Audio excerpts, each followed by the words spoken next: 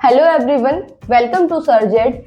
जो भी candidates medical exam की तैयारी कर रहे हैं, अपना मेडिकल का सपना पूरा करना चाहते हैं, उन सभी के लिए यहाँ पे एनटीए की तरफ से नीट जो यूजी आपका होना है, नीट यूजी जो है उसके यहाँ पे एप्लीकेशन फॉर्म आपके स्टार्ट हो चुके हैं। तो एनटीए की तरफ से डिटेल नोटिफिकेशन रिलीज कर दिया गया है और आपकी फॉर्म फिलिंग भी स्टार्ट कर दी गई है। तो आइए डिटेल में नोटिफिकेशन को पढ़ लेते हैं कि इस बार नीट की तरफ से एनटीए की तरफ से आपको क्या क्या चीजें यहाँ पे देखने को मिलने वाली है। तो आइए डिटेल में नोटिफिकेशन देख लेते हैं। तो यहाँ पे एनटीए की तरफ से एग्जामिनेशन फॉर्म जो है आपके यहाँ पे रिलीज कर दिए गए हैं, जिसका ऑनलाइन सबमिशन आपका स्टार्ट हो चुका है। वो हो चुका है आपका 8 फरवरी से। तो 8 फरवरी से नीट यूजी के यहाँ पे फॉर्म आपको फिल करने का मौका मिल चुका है और जिसकी लास्ट डेट रहने वाली है आपकी 8 मार्च। ठीक है, तो 8 फरवरी से 8 मार्च के बीच में जो भी बच्चे या जो भी कैंडिडेट, जो भी स्टूडेंट मेडिकल का सपना अपना पूरा करना चाहते हैं, नीट यूजी 2026 के लिए यहाँ पे अप्लाई करना चाहते हैं, वो इसका फॉर्म फिल कर ले। आगे बात करते हैं, जो ट्रांजेक्शन है आपका वो भी कंप्लीट माना जाएगा, वो भी आपको 8 तारीख को ही कंप्लीट करना है। तो आपका जो फी पेमेंट यहाँ पे रहेगी फॉर्म की, वो भी आपको 8 को ही यहाँ पे फिल करनी होगी। अब अगर बात करते हैं आपके फॉर्म में कोई गलती हो जाती है, कोई डिटेल आपने जो डालनी थी वो गलत डाल दी है यहाँ पे, तो एनटीए की तरफ से आपको यहाँ पे मौका दिया जाएगा, करेक्शन विंडो आपकी ओपन की जाएगी और वो ओपन की जाएगी 10 मार्च से 12 मार्च के बीच में। तो जिन भी बच्चों का अगर फॉर्म फिल करने में कोई भी गलती हो जाती है, 8 फरवरी से 8 मार्च के बीच में आपने फॉर्म फिल कर दिया और उसमें आपसे कोई भी गलती होगी, तो एनटीए की तरफ से आपको यहाँ पे करेक्शन विंडो ओपन कर दी जाएगी और आपको यहाँ पे वापस से अपने फॉर्म को करेक्ट करने का मौका दिया जाएगा और आप अपना फॉर्म वापस से रिफिल कर सकते हैं। तो 10 मार्च से 12 मार्च के बीच में आप अपना फॉर्म यहाँ पे करेक्ट कर सकते हैं। Announcement of examination city intimation ये बाद में अनाउंस किया जाएगा वेबसाइट पे। ठीक है, एडमिट कार्ड वगैरह जो भी है वो एनटीए की तरफ से आपको बाद में देखने को मिलेंगे। तो फिलहाल आपको यहाँ पे ऑनलाइन एग्जाम फॉर्म भरने की डेट दी गई है, करेक्शन विंडो जो ओपन होगी उसकी डेट यहाँ पे दी गई है, साथ ही साथ एग्जाम की डेट यहाँ पे रिलीज कर दी गई है। तो 3 मई 2026 संडे के दिन आपका नीट यूजी 2026 के लिए यहाँ पे आपका एग्जाम डेट निर्धारित कर दी गई है। तो 3 मई को आपका नीट का एग्जाम यहाँ पे रखा गया है। तो जो भी कैंडिडेट्स की तैयारी कर रहे हैं वो अपनी अब कमर कस लें, अपनी तैयारी बेहतर से बेहतर कर लें, क्योंकि 3 मई ज्यादा दूर नहीं है और इसका फॉर्म आप टाइम से फिल कर लें। ड्यूरेशन जो रहेगा आपका एग्जामिनेशन का टाइम पीरियड जो रहेगा वो रहेगा आपका 3 घंटे। तो आपका जो एग्जाम है वो 3 घंटे चलेगा यहाँ पे। ठीक है, 3 मई की तारीख को। और जो टाइमिंग रहने वाली है वो रहने वाली है 2 बजे, दिन के 2 बजे से 5 बजे तक, शाम के 5 बजे तक। तो 2 PM टू 5 PM आपकी टाइम रहने वाला है नीट का एग्जाम देने के लिए। एनटीए की तरफ से डेट आपकी डेट, टाइम एंड जो ड्यूरेशन रहने वाला एग्जाम था वो यहाँ पे दिया गया है उनके नोटिफिकेशन पे। एडमिट कार्ड जो है आपको as indicated on admit card, ये आपको जब सेंटर पे होगा, जो आपका एग्जाम होगा तभी आपको यहाँ पे देखने को मिलेंगे। उसके अलावा यहाँ पे वेबसाइट आपको दी गई है। ठीक है, तो वेबसाइट आपको दी गई है, ये आपके एनटीए की तरफ से है neet.nta.nic.in, एक आपको nta.ac.in दी गई है। तो ये दोनों वेबसाइट जो है इस पे आप अपना फॉर्म फिल कर सकते हैं और यहीं आपको एडमिट कार्ड भी आपका देखने को मिलेगा। रिजल्ट फिर बाद में वेबसाइट पे अपलोड किया जाएगा। अब बात करते हैं फीस की, कि यहाँ पे आपकी एग्जाम फी क्या रखी गई है एनटीए की तरफ से इस बार आपके नीट के लिए। तो यहाँ पे जनरल कैटेगरी वाले कैंडिडेट्स के लिए यहाँ पे 1700 रुपए फीस रखी गई है और जो जनरल ईडब्ल्यूएस, जो जनरल कैंडिडेट्स हैं लेकिन वो ईडब्ल्यूएस वाले हैं और जो ओबीसी वाले हैं उन सभी के लिए 1600 रुपए फीस रखी गई है। एंड एसटी, एससी, डिसेबिलिटी वाले कैटेगरी वाले जो कैंडिडेट्स हैं और थर्ड जेंडर यहाँ पे जो, उन सभी के लिए यहाँ पे 1000 रुपए फीस रखी गई। तो जनरल के लिए 1700 और जो जनरल के अंदर ईडब्ल्यूएस और ओबीसी वाले हैं जो कैंडिडेट्स, उन सभी के लिए 1600 और बाकी कैटेगरी वालों के लिए यहाँ पे 1000 रुपए फीस रखी गई है। और जो आउटसाइडर्स होंगे इंडिया से बाहर के, उन सभी के लिए यहाँ पे 9500 रुपए फीस रखी गई है एनटीए की तरफ से। तो ये थी आपकी फीस जो एनटीए की तरफ से रखी गई है। अब एक बार बात कर लेते हैं एग्जाम पैटर्न की, इस बार आपका एग्जाम पैटर्न क्या रहने वाला है। तो आपका एग्जाम पैटर्न रहने वाला है फिजिक्स, केमिस्ट्री, बायो के अंदर आपका, बायोलॉजी के अंदर आपका बॉटनी एंड जूलॉजी दोनों आपको देखने को मिलेगी यहाँ पे, एंड साथ में आपका physics, chemistry. Multiple choice question होंगे और आपका ऑब्जेक्टिव पेपर रहने वाला है। टाइमिंग मैंने पहले बात कर ली आपसे, 2 से 5 बजे की आपकी टाइमिंग रहने वाली है। नंबर ऑफ क्वेश्चंस की अगर हम बात करें तो फिजिक्स में आपके 45 क्वेश्चंस यहाँ पे देखने को मिलेंगे, केमिस्ट्री में भी 45 क्वेश्चंस आपको देखने को मिलेंगे, एंड बायोलॉजी में बॉटनी और जूलॉजी को मिक्स करके आपको यहाँ पे 90 क्वेश्चंस आपको देखने को मिलेंगे। तो बायोलॉजी में यहाँ पे आपका पलड़ा भारी है क्योंकि वो 90 मार्क्स की आपकी रहने वाली है। बाकी फिजिक्स केमिस्ट्री आपकी 45 मार्क्स की यहाँ पे आपको देखने को मिलेगी। सॉरी, क्वेश्चंस आपके इतने रहेंगे, 45 क्वेश्चंस आपको देखने को मिलेंगे फिजिक्स एंड केमिस्ट्री के, और 90 क्वेश्चंस आपको देखने को मिलेंगे बायोलॉजी के, जिसमें बॉटनी और जूलॉजी आपकी मिक्स रहेगी। अब मार्क्स की हम बात कर लेते हैं। फिजिक्स आपकी रहने वाली है 180 मार्क्स की, केमिस्ट्री आपकी रहने वाली है 180 मार्क्स की, एंड आपका जो बायोलॉजी है वो रहने वाला है 360 मार्क्स। तो टोटल पेपर जो है आपका 180 क्वेश्चंस आपको एग्जाम में देखने को मिलेंगे, और जो टोटल आपका रहेगा वो रहेगा आपका 720 नंबर का यहाँ पे आपका एग्जाम होना है नीट यूजी के लिए। अब बात करते हैं बाकी डिटेल्स, यहाँ पे देख लेते हैं। हमने एग्जाम फीस की बात कर दी, पैटर्न की हमने यहाँ पे बात कर ली है, डेट अनाउंस जो हुई है, कब आपका विंडो ऑफ होने वाला है, करेक्शन विंडो कब ओपन होगी, टाइमिंग क्या रहेगी, शेड्यूल क्या रहेगा एग्जामिनेशन का, वो सारी चीजें हमने डिस्कस कर ली है। अब बाकी कुछ इंपॉर्टेंट चीजें हैं उन्हें हम डिस्कस कर लेते हैं। एनटीए की तरफ से कुछ इंस्ट्रक्शंस यहाँ पे दिए गए हैं, उन्हें भी हम यहाँ पे देख लेते हैं। तो पहला चैप्टर आपका इंट्रोडक्शन दिया गया है, जहाँ पे आपको नीट यूजी के लिए यहाँ पे पूरा इंट्रो दिया गया है। ठीक है, जो भी कैंडिडेट्स को भरे रहे फॉर्म को वो अच्छे से उसको देख लें, क्योंकि आपको पता होना चाहिए, आप जब आप नीट का फॉर्म फिल कर रहे हैं तो आपको नीट के बारे में यहाँ पे चीजें पता होनी चाहिए। ये पूरा आपको इंट्रो दिया गया है, उसको आप एक बार ध्यानपूर्वक पढ़ लें, और उसके अलावा यहाँ पे क्या क्या चीजों को आपको ध्यान में रखना है वो भी आपको यहाँ पे मेंशन किया गया है। डिस्क्लेमर यहाँ पे दिया गया है एनटीए की तरफ से। ठीक है, क्या चीजें आपकी रहेंगी, और यहाँ पे courses MBBS, BDS dental, BAMS, BSMS, BUMS और BHMS कोर्सेज यहाँ पे दिए गए हैं, जो अंडर ग्रेजुएट मेडिकल कोर्सेज यहाँ पर रहेंगे। ये कोर्स आपको यहाँ पे देखने को मिलने वाले हैं। ठीक है, और ये आपको गवर्नमेंट एंड स्टेट गवर्नमेंट हो गया, गवर्नमेंट और प्राइवेट इंस्टीट्यूशंस भी यहाँ पे आपको देखने को मिलेंगे नीट के लिए। अब बात करते हैं जो आपकी मिनिस्ट्रीज रहने वाली है, डिपार्टमेंट, बॉडीज या रेगुलेशन, वेबसाइट जो आपको देखने को मिलेंगी यहाँ पे नीट के अंदर, वो कौन कौन सी है। पहली आपको यहाँ पे दी गई है ministry of health and family welfare of central government and department of medical education state government and UTS. पहली आपको मिनिस्ट्री ये यहाँ पे देखने को मिलेगी। एनएमसी के अंदर ये बॉडी आपकी आती है। रेगुलेशन आपको देखने को मिलेगा ग्रेजुएट मेडिकल कॉलेज। ठीक है, और ये इसकी वेबसाइट आपको यहाँ पे देखने को मिलेगी। For information relating to the regulation on graduate medical education MBBS and NEET, ये पर्पस है यहाँ पे। ठीक है, पहली मिनिस्ट्री आपकी ये रहने वाली है, जिसके अंदर आपकी बॉडीज रहने वाली है NMC, DCI, यहाँ पे आपका BDS कोर्स जो रहेगा, DGHS, ठीक है, health services, MCC and of DGHS, counselling scheme of NEET. हर किसी के लिए अलग अलग वेबसाइट भी आपको यहाँ पे देखने को मिलेगी। अगली हम बात करते हैं, आपकी मिनिस्ट्री रहने वाली है ministry of Ayush, government of India. यहाँ पे इसकी साइट्स आपको देखने को मिलेगी। ठीक है, और कॉलेजेस आपको देखने को मिलेंगे, तो ये भी आप ध्यान से देख लें, जो बॉडीज रहने वाली, जो रेगुलेशंस यहाँ पे रहने वाले हैं आपके। उसके बाद हम बात करते हैं अगली मिनिस्ट्री जो रहेगी आपकी मिनिस्ट्री ऑफ एजुकेशन MOE। ठीक है, डिपार्टमेंट ऑफ हायर एजुकेशन। तो यहाँ पे आपका ये रहेगा आपका NTA, इसकी बॉडी जो रहने वाली है आपकी NTA रहने वाली है। NTA की वेबसाइट आपको यहाँ पे देखने को मिल जाएगी। ठीक है, तो ये आपकी रहने वाली है। ये आपकी 3 मिनिस्ट्री यहाँ पे दी गई है आपको। ठीक है, पहला आपका ministry of education, department of higher education, ये दिया गया है। एक मिनिस्ट्री आपकी दी गई है आयुष, गवर्नमेंट ऑफ इंडिया, और एक दी गई है आपकी ministry of health and family welfare of central government and department of medical education of state government. यहाँ पे ये 3 मिनिस्ट्रीज आपको देखने को मिलेंगी, एनडीए की तरफ से यहाँ पे दी गई है। उसके बाद इंस्ट्रक्शंस है, इंपॉर्टेंट इंस्ट्रक्शंस दिए गए हैं नीट के, जो भी फॉर्म फिल करेंगे बच्चे उन सभी के लिए यहाँ पे इंपॉर्टेंट इंस्ट्रक्शंस दिए गए हैं। तो जो भी फॉर्म आप फिल करें तो वो एक बार इन इंस्ट्रक्शंस को ध्यान पूरा बहुत ही क्लियरली पढ़ ले, क्योंकि गलती से भी गलती यहाँ पे नहीं होनी चाहिए। क्योंकि ये जो करेक्शन विंडो आपकी ओपन होगी उसके बाद भी, अगर आप उससे पहले मतलब आपका फॉर्म फिल हो गया है और आपकी करेक्शन विंडो ओपन हो गई है और उस दौरान आपने अपना जो फॉर्म में अगर कोई गलती हो गई है वो करेक्ट नहीं किया, तो आप एप्लीकेबल नहीं होंगे नीट यूजी के लिए।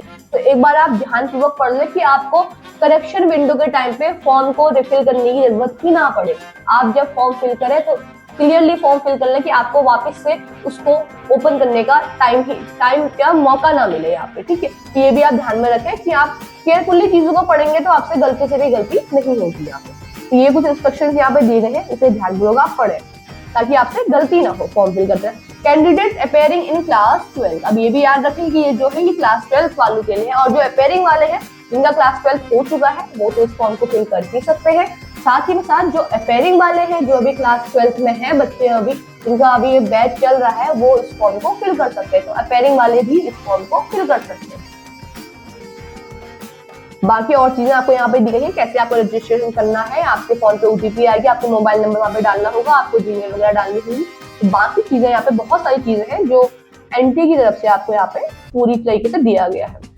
Any request to change the question paper, medium, examination center, date and time provided on the admit card shall not be considered under any circumstances। तो आपको जो भी जब आप फॉर्म फिल करोगे तो उसके बाद आपको ये चेंज करने को नहीं मिलेगा। यहाँ पे आप ये भी ध्यान में रखें कि आप बाद में सोचे कि आप इसको चेंज करें, लेकिन आपको बाद में ये देखने को नहीं मिलेगा। तो ये भी आप ध्यान रखें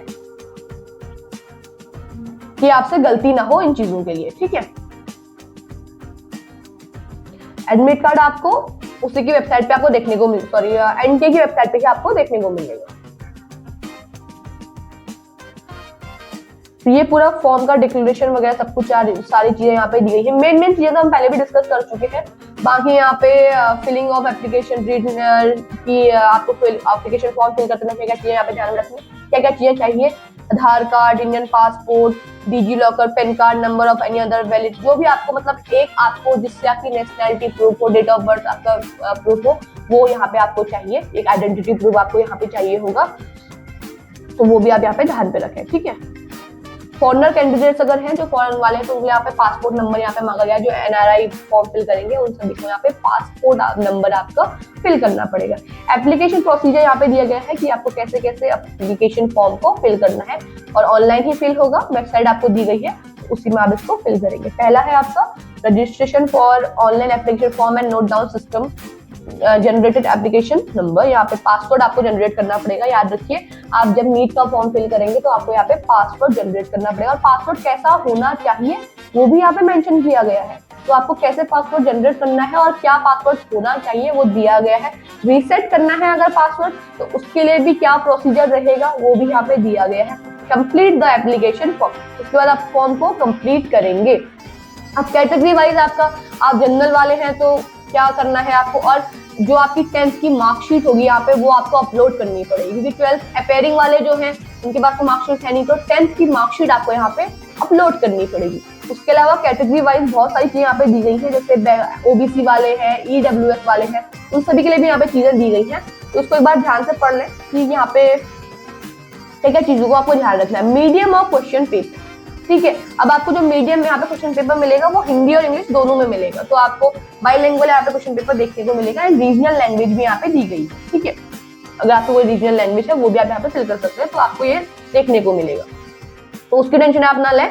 तो एग्जाम आपको हिंदी एंड इंग्लिश बाइलिंगुअल यहाँ पे देखने को मिलेगा। अब ये है जो चीजें आपको अपलोड करनी है, आपकी जो फोटो जो आपकी अपलोड होनी है उसका साइज यहाँ पे क्या रहेगा, वो सारी चीजें भी यहाँ पे दी गई है। उसके अलावा जो आपकी 10th की मार्कशीट होगी उसका साइज क्या रहने वाला है। कैटेगरी सर्टिफिकेट, अगर आप अदर कैटेगरी से करते हैं, बिलोंग करते हैं, जैसे एससी, एसटी, ओबीसी, ईडब्ल्यूएस, तो उनके लिए यहाँ पे सर्टिफिकेट के लिए वो भी दिया गया है यहाँ पे। तो सारी चीजें यहाँ पे मेंशन की गई है, बार ध्यान से पढ़ें, इसको अच्छे से देखें क्या क्या चीजें आपको यहाँ पे अपलोड करनी है। फोटो के लिए यहाँ पे दिया गया है जेपीजी और जेपीईजी पिक्चर यहाँ पे अपलोड होनी है। साइज यहाँ पे दिया गया है फोटो का, क्या साइज आपको फिल यहाँ पे करना है। उसके अलावा आपको यहाँ पे राइट हैंड या लेफ्ट हैंड का यहाँ पे हैंड फिंगर का थंब डालना है आपको, उसका साइज क्या रहेगा वो भी यहाँ पे आपको देखने को भी दिया गया है। अब बात करते हैं फी पेमेंट की। आपकी ऑनलाइन फी यहाँ पे पेमेंट होनी है। फीस की बात हम ऊपर कर चुके हैं कि कौन सी कैटेगरी को कितनी फी यहाँ पे पेमेंट करनी है या कितनी फी पे करनी है, तो वो सारी चीजें भी हम ऊपर डिस्कस कर चुके हैं। जो हमने ऊपर ये डिस्कस करी हुई है वही यहाँ पे प्रॉपर डिटेल में आपको देखने को मिलेगी। तो एक बार स्टेप टू स्टेप इन चीजों को अच्छे से समझ लें, डिटेल में समझ लें कि फॉर्म में क्या चीजें आपको यहाँ पे फिल करनी है, ठीक है।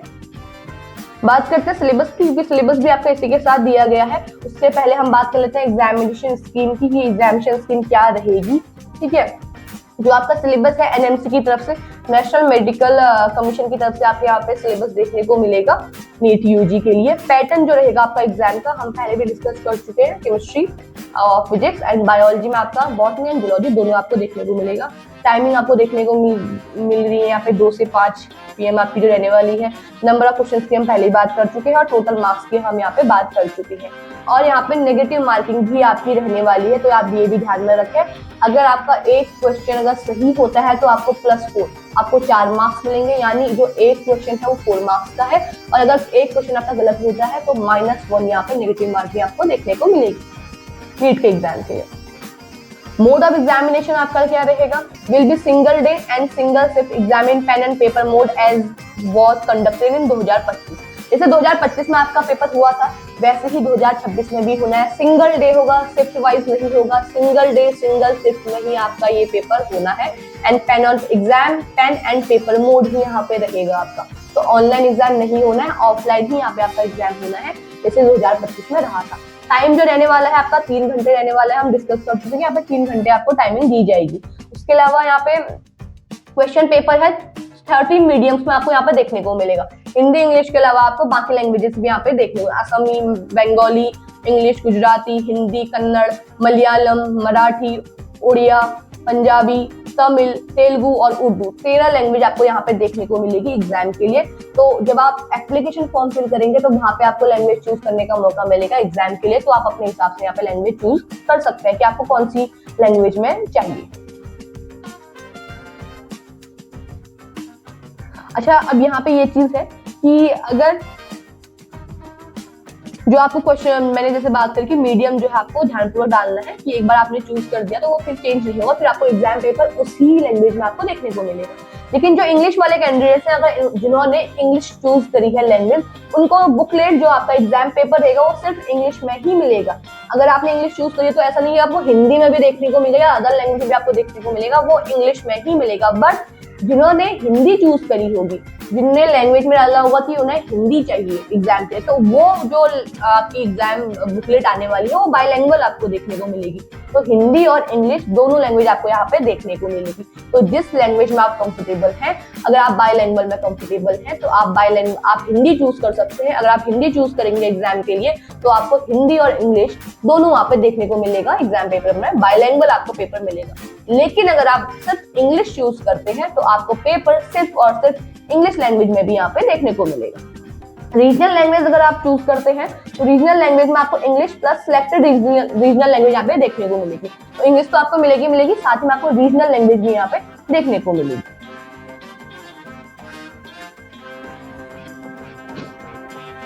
तो ये कुछ था आपका जो प्रॉपर लैंग्वेज के लिए यहाँ पे दिया गया था। अब यहाँ पे एग्जामिनेशन सेंटर्स दिए गए हैं कि मीडियम ऑफ क्वेश्चन पेपर, जिस से आप क्वेश्चन पेपर चूज करेंगे, तो लैंग्वेज आपकी रहने वाली है उसी से आपके एग्जामिनेशन सेंटर्स भी यहाँ पे बनाए जाएंगे। तो वही एग्जामिनेशन सेंटर आपका पेपर उस तरीके से तैयार किया जाएगा। तो ये भी आप अच्छे से एक बार ध्यान पे रखें, पढ़ लें कि आपने जो लैंग्वेज चूज करी है उसके according. Cities for exam center of NEET UG. अब जो सिटीज है वो क्या रहने वाली है यहाँ पे,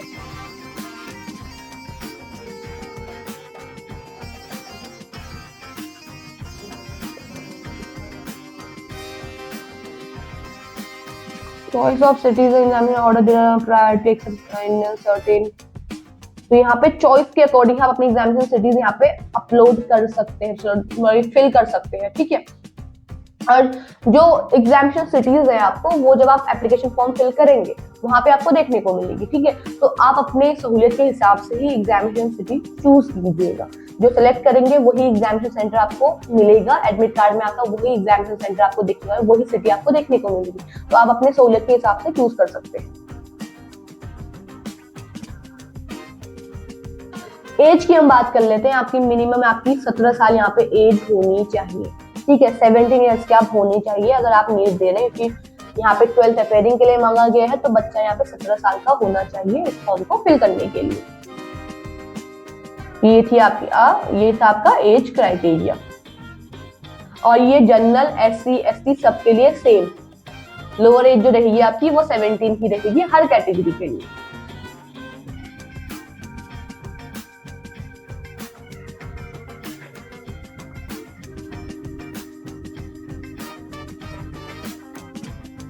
एडमिशन प्रोसीजर जो रहेगा आपका, जब आपका एग्जाम क्वालिफाई हो जाएगा तो उस हिसाब से आप एक स्टेट कोटा जो है आपका, कि ऑल इंडिया कोटा सीट्स है, स्टेट गवर्नमेंट की सीट्स हैं आपके लिए, थोड़ा seats available for admission central institutions, university, deemed university, ठीक है, सेल्फ फाइनेंस मेरिट लिस्ट यहाँ पे, और private university, central school Kota seats, यहाँ पे अलग अलग तरीके यहाँ पे सीट आपको देखने को मिलेगी, डिफरेंट लेवल ऑफ सीट्स है। तो आपको उस हिसाब से जहाँ पे आपको सिलेक्शन होगा उस हिसाब से आप यहाँ पे देख लें कि आपको कौन सा सेंट्री, कौन से कोटा में आपको यहाँ पे सीट देखने को मिलेगी, या आपको सीट चाहिए, वो आपको आपकी मेरिट लिस्ट के अकॉर्डिंग ही होगा, आपके मार्क्स के अकॉर्डिंग ही आपको यहाँ पे सीट्स डिस्ट्रीब्यूट की जाएंगी।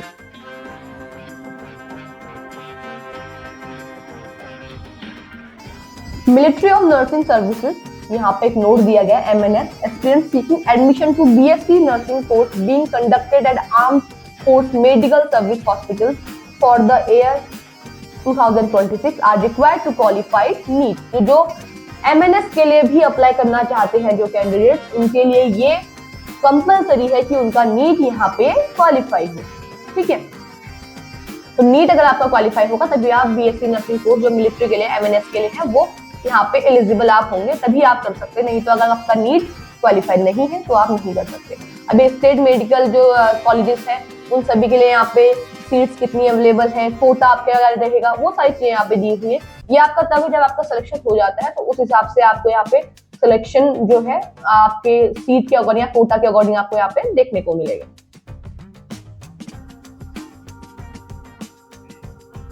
अब बात करते हैं हम सिलेबस की, कि सिलेबस आपका क्या दिया गया है NTA की तरफ से। ये आपका मेरिट लिस्ट क्वालिफाइंग रहेगा, कि आपका जो मेरिट लिस्ट है उस हिसाब से आपकी मेरिट लिस्ट क्या रहेगी, क्वालिफाइंग क्राइटेरिया क्या रहेगा, वो यहाँ पे दिया हुआ है।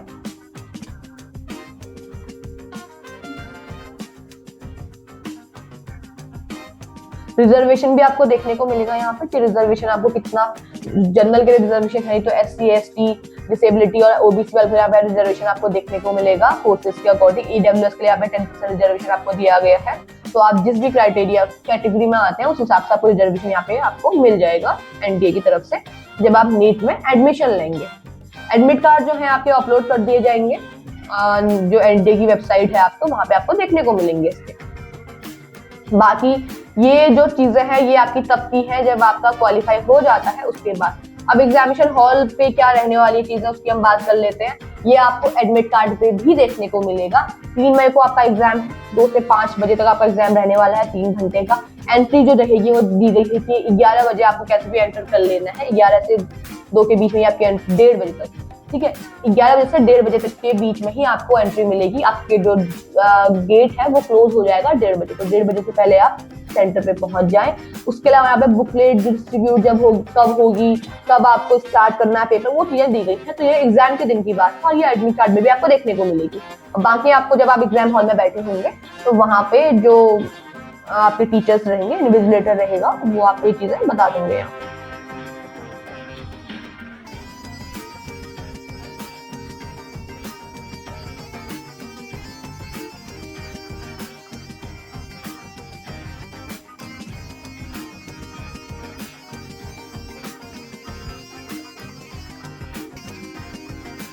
अब आप बात करते हैं हम आपके सिलेबस के बारे में कि NMC जो आपका नेशनल मेडिकल कमीशन है उनकी तरफ से यहाँ पे आपके लिए सिलेबस दिया गया है। तो सिलेबस आपका क्या होने वाला है, ये आपका टोटल सिलेबस है जो आपको देखने को मिल रहा है। फिजिक्स के लिए दिया गया है, यहाँ पे केमिस्ट्री के लिए आपको देखने को मिल जाएगा। तो ये टोटल सिलेबस है, इसी के अकॉर्डिंग आपको प्रिपरेशन यहाँ पे करनी है। तो ये आपका सिलेबस रहेगा जिसमें आपको केमिस्ट्री, बायो जो आपकी रहेगी बायोलॉजी, वो सारी चीजें देखने को मिल जाएगी। Physical chemistry, organic chemistry, inorganic chemistry, सारी चीजें, और जियोलॉजी, बॉटनी के लिए जो रहेगा आपका टोटल यहाँ पे सिलेबस आपको देखने को मिल जाएगा। तो इस सिलेबस को आप एक बार ध्यान से पढ़ लें। वैसे तो आप सब लोगों की तैयारी हो चुकी होगी क्योंकि नीट के लिए प्रिपरेशन बहुत पहले से आपको करनी पड़ती है। ये नहीं कि आपका कुछ ही टाइम में एग्जाम निकल जाए, फिर भी ये सिलेबस आपको नीट की तरफ से, NTA की तरफ से इस बार दिया गया है। बाकी अगर आपको इस सिलेबस का नोटिफिकेशन चाहिए होगा तो वो आपको हमारे डिस्क्रिप्शन बॉक्स में मिल जाएगा। एंड साथ ही साथ इस फॉर्म का जो नोटिफिकेशन आपको आया हुआ है NTA की तरफ से, इसका नोटिफिकेशन भी, जो लिंक है आपको इस नोटिफिकेशन का, वो भी आपको हमारे डिस्क्रिप्शन बॉक्स में मिल जाएगा। तो 8 मार्च से पहले जो भी कैंडिडेट अपना मेडिकल का सपना पूरा करना चाहते हैं वो इस फॉर्म को फिल कर लीजिएगा। बाकी अगर आपको ये वीडियो पसंद आई है तो इसे लाइक एंड शेयर कीजिएगा, और साथ ही साथ इसे फॉर्म को कैसे अप्लाई करना है तो उसका लिंक भी आपको हमारे डिस्क्रिप्शन बॉक्स में देखने को मिलेगा। बाकी ऐसे ही गवर्नमेंट जॉब से रिलेटेड जितनी भी पोस्ट आती है, चाहे वो आपके ग्रेजुएशन की आती है, पोस्ट ग्रेजुएशन की आती है, और गवर्नमेंट जॉब वैकेंसी आती है, नोटिफिकेशन आती है, एडमिट कार्ड से रिलेटेड कोई भी इंफॉर्मेशन है, उससे अलर्ट रहने के लिए आप हमारे चैनल को जरूर सब्सक्राइब करें। Thank you.